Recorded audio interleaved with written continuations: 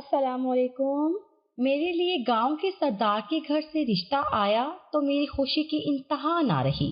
چھوٹے سردار کی بیوی بن کر میں گاؤں کی سردارنی بن جاتی۔ میں نے سردار کے بیٹے کو بھی دیکھ رکھا تھا اور وہ ایک پڑھا لکھا اور نہایت خوبرو نوجوان تھا، لیکن میری ماں نے یہ کہہ کر انکار کر دیا کہ وہ لوگ ہم سے بہت بڑے ہیں اور تمہارا اور سردار کا کوئی جوڑ نہیں۔ میرے بہت ضد کرنے پر اماں نے میری شادی کروا دی، لیکن شادی کی رات میری روح ہی فنا ہو گئی جب سردار کے بیٹے نے میرے ساتھ پورے گاؤں میں مشہور ہو چکا تھا کہ میری شادی سردار کے گھر ہو رہی ہے، اور سب لوگ ہی میری قسمت پر رشک کر رہے تھے کہ میں جھونپڑی سے اٹھ کر سیدھا حویلی کی مالکن بننے جا رہی تھی۔ مجھے تو یہی سوچ کر خوشی ہو رہی تھی کہ میں سردارنی بن جاؤں گی اور سارا گاؤں میرے ٹھاٹ باٹ دیکھے گا، لیکن مجھے کیا پتا تھا کہ مجھے اپنے اس خواب کی اتنی بڑی قیمت چکانی پڑے گی۔ میری شادی تو سردار سے ہو گئی ہے، لیکن میرے سارے خواب چکنا چور ہو گئے تھے۔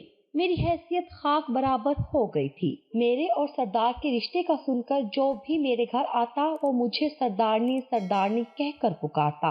گاؤں میں ایک دھوم سی مچی ہوئی تھی۔ میں سب کی نظروں کا مرکز بن چکی تھی۔ ہر کوئی میری قسمت پر حیران رہ گیا تھا۔ میری خوشی بھی دیکھنے کے قابل تھی، لیکن میں نہیں جانتی تھی کہ میری خوشیوں کی عمر بہت تھوڑی ہے اور حویلی کی دیواریں میرے لیے ایک عذاب بن جائیں گی۔ میری ماں اس رشتے سے زیادہ خوش نہیں تھی۔ وہ مجھ سے بس ایک ہی بات کہہ رہی تھی کہ یہ ایک بے جوڑ رشتہ ہے۔ سردار ہم سے کہیں زیادہ امیر ہیں۔ میں نہیں چاہتی کہ وہاں تمہارا رشتہ ہو۔ گاؤں میں ایسے بہت سے لڑکے ہیں جو تمہارے قابل ہیں۔ میں ان میں سے کسی سے بھی تمہاری شادی کروا دوں گی۔ اپنی اوقات سے باہر نکل کر ہم ٹھیک نہیں کریں گے۔ مجھے تو سمجھ ہی نہیں آ رہا تھا کہ میری ماں کو میری خوشیوں سے کیوں اس قدر جلن ہو رہی تھی۔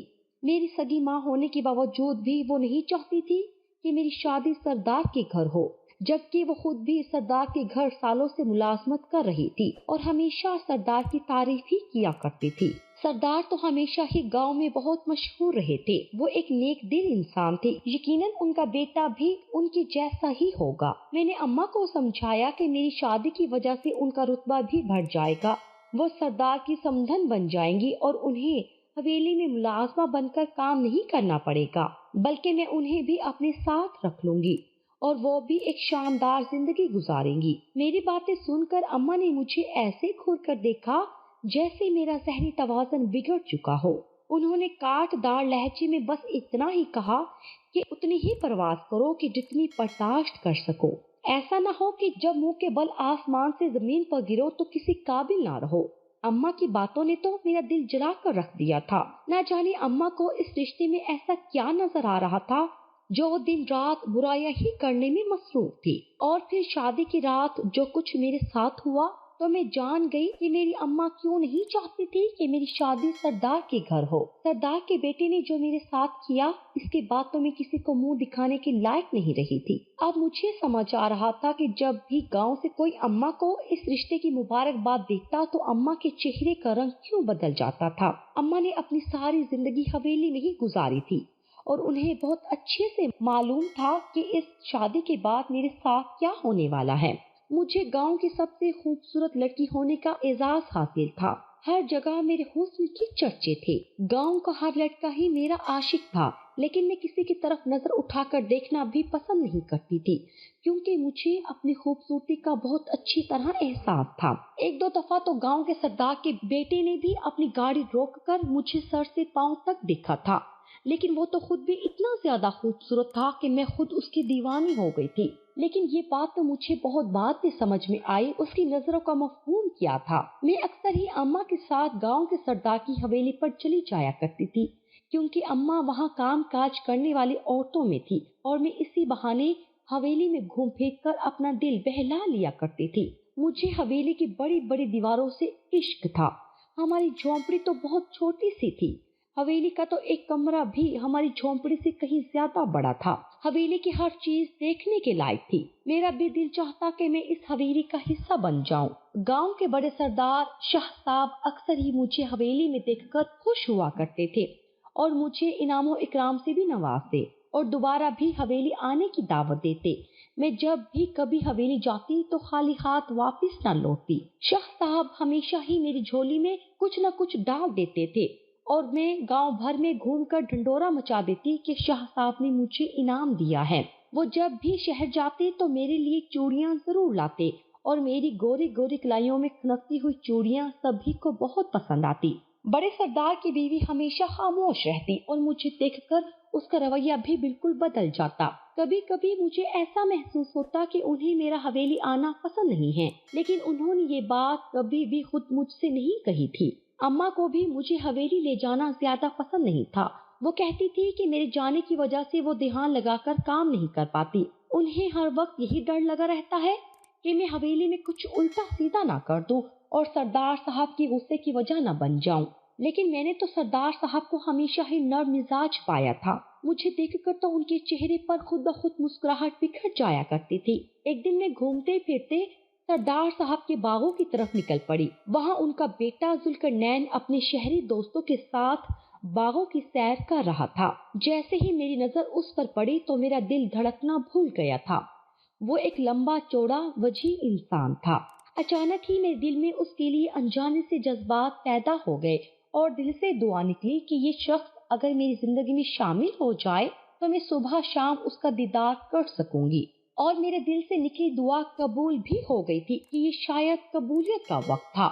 لیکن ہر دعا ہمارے حق میں بہتر ثابت نہیں ہوتی، اور میرے ساتھ بھی کچھ ایسا ہی ہوا تھا۔ شادی کی رات جس طرح سردار ذوالقرنین نے مجھے کمرے سے پکڑ کر نکالا تھا، وہ لمحے میں کبھی بھول نہیں پائی تھی۔ میں چپکے چپکے سے چھوٹے سردار کو دیکھ رہی تھی کہ جب بھی سردار ذوالقرنین نے بھی شاید مجھے دیکھ لیا تھا اور انہوں نے مجھے اشارہ کر کے اپنی طرف بلایا تو میں ایک دم ہی گھبرا گئی اور اپنے دوپٹے کے پلوں میں منہ چھپائے ان کی طرف بڑھی۔ سردار ذوالقرنین نے مجھ سے پوچھا کہ میں یہاں کیا کر رہی ہوں، تو میں نے ایک دم ہی کہہ دیا کہ میں بڑے سردار سے ملنے کے لیے آئی تھی، اور یہ سن کر ان کے چہرے کے تاثرات اچانک بدل گئے اور انہوں نے مجھے واپس جانے کا اشارہ کیا۔ میں دوڑتی ہوئی واپس اپنے گھر پہنچ گئی۔ میں نے انجانے میں ہی بڑے سردار کا ذکر کر دیا تھا، ورنہ میں گھومتے گھومتے ایسے ہی باغات میں پہنچ گئی تھی۔ اماں سارا دن بڑے سردار کی حویلی میں کام کرتی اور میں اکیلے پورے گاؤں میں گھومتی پھرتی۔ میرے ابو کا انتقال تو بہت پہلے ہی ہو چکا تھا اور اب میں اور میری اماں ہی باقی بچ گئے تھے۔ میرے پاس کرنے کے لیے تو کوئی کام تھا نہیں۔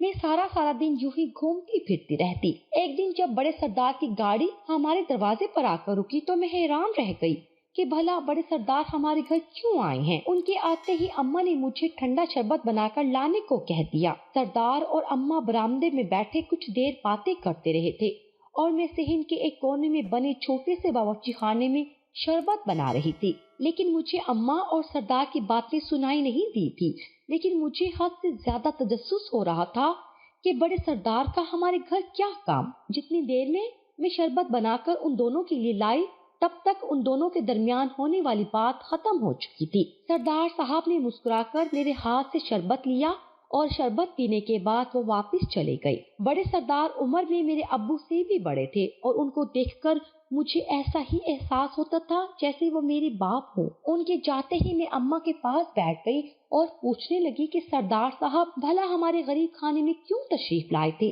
لیکن اماں بہت دیر تک خاموش بیٹھی رہی اور بہت دیر بعد میرے بار بار اصرار کرنے پر اماں نے بتایا کہ سردار صاحب کے گھر سے تیرے لیے رشتہ آیا ہے۔ یہ سن کر میں خوشی سے دیوانی ہو گئی۔ سردار ذوالقرنین کا وجود میری آنکھوں میں لہرا گیا۔ وہ سردار کے اکلوتے بیٹے تھے تو یقیناً اب میں سردار کی ہونے والی اکلوتی بہو تھی۔ میں تصور میں خود کو حویلی میں راج کرتا دیکھ رہی تھی۔ میرے بھی بہت سارے ملازم ہوتے اور سب میرے آگے پیچھے پھرتے۔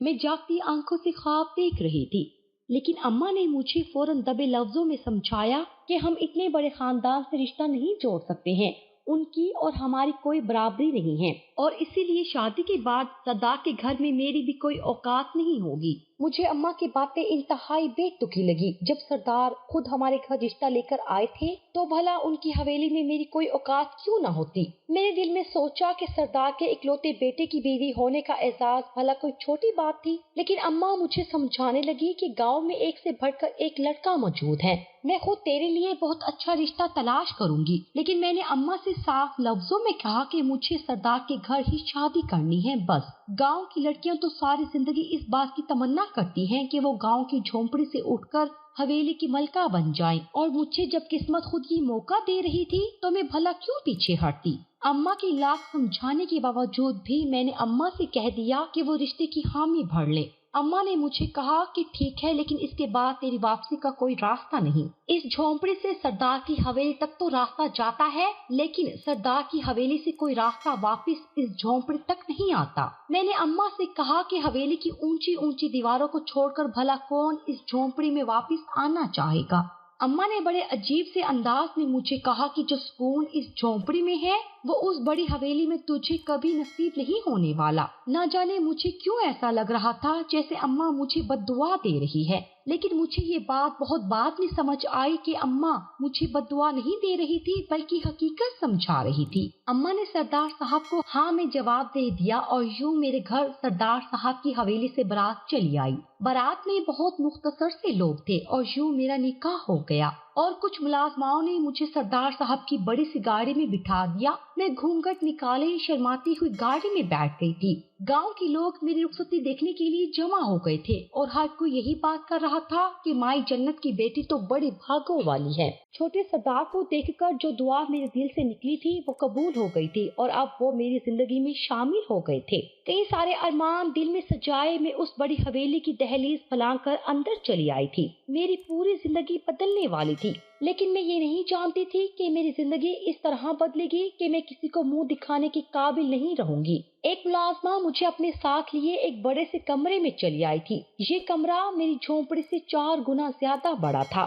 میں ایک جہازی سائز کے بیڈ پر بیٹھ گئی تھی اور آنکھیں پھاڑ پھاڑ کر ارد گرد دیکھ رہی تھی۔ یہ تو میرے وہم و گمان میں بھی نہیں تھا کہ میں جس حویلی میں ایک ملازمہ کی بیٹی کی حیثیت سے آئی تھی، ایک دن اسی حویلی میں سردار کی بیوی بن کر آ جاؤں گی۔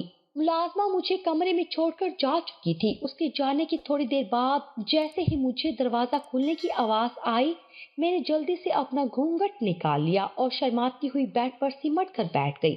چھوٹے سردار کا ساتھ پا کر میں خود کو بہت خوش نصیب تصور کر رہی تھی، لیکن میں نہیں جانتی تھی کہ میں خوش قسمت نہیں بلکہ بدقسمت ہوں۔ چھوٹے سردار میری زندگی میں شامل تو ہو گئے تھے، لیکن جس طرح وہ میری زندگی میں شامل ہوئے تھے میری زندگی پوری طرح برباد ہو گئی تھی۔ چھوٹے سردار کے قدموں کی آہٹ کے ساتھ ساتھ میرا دل بھی بری طرح دھڑک رہا تھا۔ سردار ذوالقرنین نے میرے قریب آ کر اچانک ہی میرا بازو پکڑ کر کھینچا اور بیڈ سے کھڑا کر دیا۔ میں ابھی سنبھل بھی نہیں پائی تھی کہ وہ مجھے کھینچتے ہوئے کمرے سے لے کر ایک بڑے سے لاؤنج میں آ گئے تھے۔ وہ تیز تیز قدم اٹھا رہے تھے اور میں ان کے ساتھ ساتھ گھسیٹتی ہوئی آ رہی تھی۔ لاؤنج میں اس وقت گھر کے سارے ہی نوکر موجود تھے، اور ساتھ میں بڑے سردار کی بیوی بھی موجود تھی۔ بڑے سردار کی بیوی کو دیکھنے کے بعد مجھے اب خیال آیا تھا کہ وہ اپنے اکلوتے بیٹے کی شادی میں کیوں شریک نہیں ہوئی تھی۔ چھوٹے سردار نے مجھے اپنی ماں کے آگے لا کر پھینک دیا اور میں ان کے قدموں میں گر پڑی۔ چھوٹے سردار نے کرخت آواز میں اپنی ماں سے کہا کہ یہ لیں آپ کی مجرم، اسے ایسی سزا دیں کہ دوبارہ کوئی ایسی غلطی کرنے کی جرات نہ کرے۔ چھوٹے سردار کی بات سن کر میں ششدر رہ گئی تھی۔ ابھی بھی میں کچھ سمجھ بھی نہیں پائی تھی کہ بڑے سردار کی بیوی نے ایک ٹھوکر میرے چہرے پر رسید کی تھی اور میرے ہونٹوں سے خون رسنے لگا تھا۔ میں اپنی جگہ ساکت رہ گئی تھی کہ شادی کی پہلی ہی رات میرے ساتھ یہ سب کیا ہو رہا ہے۔ میں نے حیران پریشان نظروں سے چھوٹے سردار کی طرف دیکھا، جن کی آنکھوں میں میرے لیے صرف اور صرف نفرت جھلک رہی تھی۔ میں ان کو دیکھ کر حیران رہ گئی تھی۔ یہ تو میرے وہم و گمان میں بھی نہیں تھا کہ میرا شوہر مجھ سے اس قدر نفرت کا اظہار کرے گا۔ وہ دونوں ماں بیٹے نہ جانے مجھ سے کس بات کا بدلہ لے رہے تھے۔ سارے ملازمین کے سامنے ہی بڑے سردار کی بیوی نے مجھے اپنے ٹھوکروں پر رکھ لیا تھا اور میری حالت بہت زیادہ خراب ہو گئی تھی۔ اس سے زیادہ میں نے کبھی زندگی میں اپنی توہین برداشت نہیں کی تھی۔ بڑے سردار کی بیوی میرے بارے میں اپنی زبان سے مغالطات بک رہی تھی، اور سارے ملازمین اور میرا شوہر بہت ہی آرام سے کھڑے ہو کر تماشا دیکھ رہے تھے۔ مجھے اب تک نہیں سمجھ آیا تھا کہ میرا قصور کیا ہے، مجھے کس بات کی سزا دی جا رہی ہے کہ اتنے میں بڑے سردار اندر تشریف لے آئے تھے اور لاؤنج کا منظر دیکھ کر وہ ایک دم چیخ اٹھے تھے۔ بڑے سردار کی اچانک آمد پر سب ایک دم سناٹے میں آ گئے تھے۔ بڑے سردار انتہائی غصے میں چلتے ہوئے میرے قریب آئے تھے اور مجھے اٹھا کر اپنے برابر میں کھڑا کر لیا تھا۔ بڑے سردار کی آمد پر سب کی نظریں جھک گئی تھی۔ وہ اپنی بیوی سے غصے میں کہنے لگے کہ تمہاری ہمت کیسے ہوئی کہ تم نے میری نئی نویلی دلہن کو ہاتھ بھی لگایا۔ ہرگز مت بھولو کہ جس طرح تم میری بیوی ہو بالکل اسی طرح سونی بھی میری بیوی ہے، اور تم سب پر فرض ہے کہ اس حویلی کے اندر میری دوسری بیوی کا احترام کرو، کیونکہ میں اس سے نکاح کر کے اسے یہاں لایا ہوں اور اس کا احترام تم سب پر فرض ہے۔ بڑے سردار کے لفظوں نے تو جیسے میری پوری زندگی میں آگ لگا دی تھی، اور میں نے بڑی حیرت سے بڑے سردار کی طرف دیکھا جو پورے حق کے ساتھ میرے کندھے پر ہاتھ رکھ کر کھڑے تھے۔ میری زبان گنگ ہو چکی تھی اور میرے اندر اتنی ہمت بھی نہیں تھی کہ میں ان سے پوچھ سکتی کہ وہ مجھے اپنی بیوی کیوں کہہ رہے ہیں۔ سردار ذوالقرنین نے غصے میں اپنے باپ سے کہا تھا کہ آپ اس طرح کسی بھی گاؤں کی فقیرنی کو اٹھا کر ہمارے سر پر مسلط نہیں کر سکتے۔ اس لڑکی نے جانتے بوجھتے آپ کو اپنے جال میں پھنسایا ہے۔ بھری دوپہر میں یہ سارے گاؤں میں آپ کو تلاش کرتی پھرتی تھی اور میں اسی دن جان گیا تھا کہ اس کے ارادے نیک نہیں ہیں، لیکن مجھے ہرگز بھی اندازہ نہیں تھا کہ آپ اس طرح اس کی چالوں کا شکار ہو جائیں گے اور اسے میری ماں کے برابر کے رتبے پر لا کر بٹھا دیں گے۔ اگر آپ نے اسے میری ماں کی جگہ دینے کی کوشش کی تو میں یہ حویلی چھوڑ کر ہمیشہ کے لیے چلا جاؤں گا۔ چھوٹے سردار کی بات سن کر بڑے سردار ایک دم خاموش ہو گئے تھے۔ وہ ہرگز بھی اپنے اکلوتے بیٹے سے دستبردار نہیں ہو سکتے تھے۔ سردار ذوالقرنین کے منہ سے اپنے لیے ماں کا لفظ سن کر تو میں جیسے زمین میں گڑ گئی تھی۔ میں جس شخص کو اپنا شوہر سمجھ رہی تھی وہ تو میرا بیٹا بن چکا تھا۔ میری شادی سردار ذوالقرنین سے نہیں بلکہ بڑے سردار سے ہوئی تھی اور میں ابھی تک اسی بات سے ناواقف تھی، اور جب یہ بات کھل کر میرے سامنے آئی تو میری تو دنیا ہی اجڑ گئی۔ بڑے سردار تو میرے دادا کی عمر کے تھے، میں بھلا ان کے ساتھ کس طرح زندگی گزار سکتی تھی؟ میرے پاس تو کہنے کے لیے لفظ بھی باقی نہیں بچے تھے۔ میں اپنی جگہ سن کھڑی رہی تھی اور بڑے سردار کی بیوی ان کے سامنے میرے بارے میں کچھ کہہ رہی تھی جو سننے کے قابل بھی نہیں تھا۔ اتنے سارے ملازمین کے درمیان اپنی اس طرح کی بے عزتی پر میں زمین میں گڑی جا رہی تھی۔ مجھے اب بھی یقین نہیں آ رہا تھا کہ میں نے اتنا بڑا دھوکہ کھایا ہے۔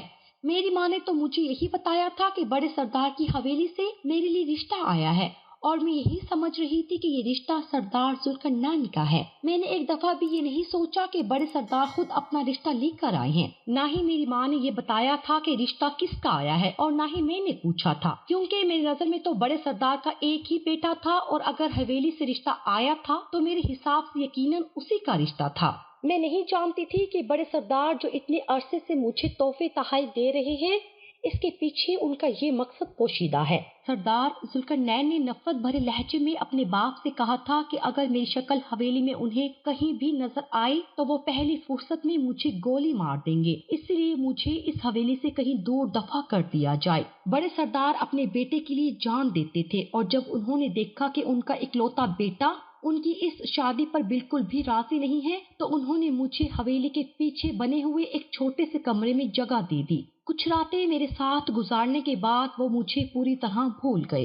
حویلی کی اونچی اونچی دیواروں میں میری زندگی بالکل ایسی ہو گئی تھی جیسے میں کسی قید خانے میں ہوں۔ مجھے اپنے کمرے سے باہر نکلنے کی بھی اجازت نہیں تھی، کیونکہ اگر سردار ذوالقرنین مجھے دیکھ لیتے تو وہ واقعی مجھے گولی مار دیتے۔ میرے خواب پوری طرح جل کر ختم ہو گئے تھے۔ میں نے دعا کی تھی کہ سردار ذوالقرنین میری زندگی میں شامل ہو جائے، لیکن میں یہ نہیں جانتی تھی کہ وہ میرے بیٹے کی حیثیت سے میری زندگی میں آئیں گے۔ میری حیثیت تو ملازمین سے بھی زیادہ بدتر ہو چکی تھی۔ میں اس حویلی میں کھل کر سانس بھی نہیں لے سکتی تھی۔ مجھے دیکھ کر تو حویلی کے ملازم بھی طرح طرح کی باتیں بنانے لگے تھے، اور سب کو یہی لگ رہا تھا کہ میں نے بڑے سردار کو اپنی محبت کے جال میں پھنسا لیا ہے۔ جب کبھی بڑے سردار کا دل چاہتا تو وہ میرے کمرے میں چلے آتے اور اپنی خواہشات پوری کرنے کے بعد مجھے پھر ہفتوں کے لیے بھول جاتے۔ میں ایک درد بھری زندگی گزار رہی تھی۔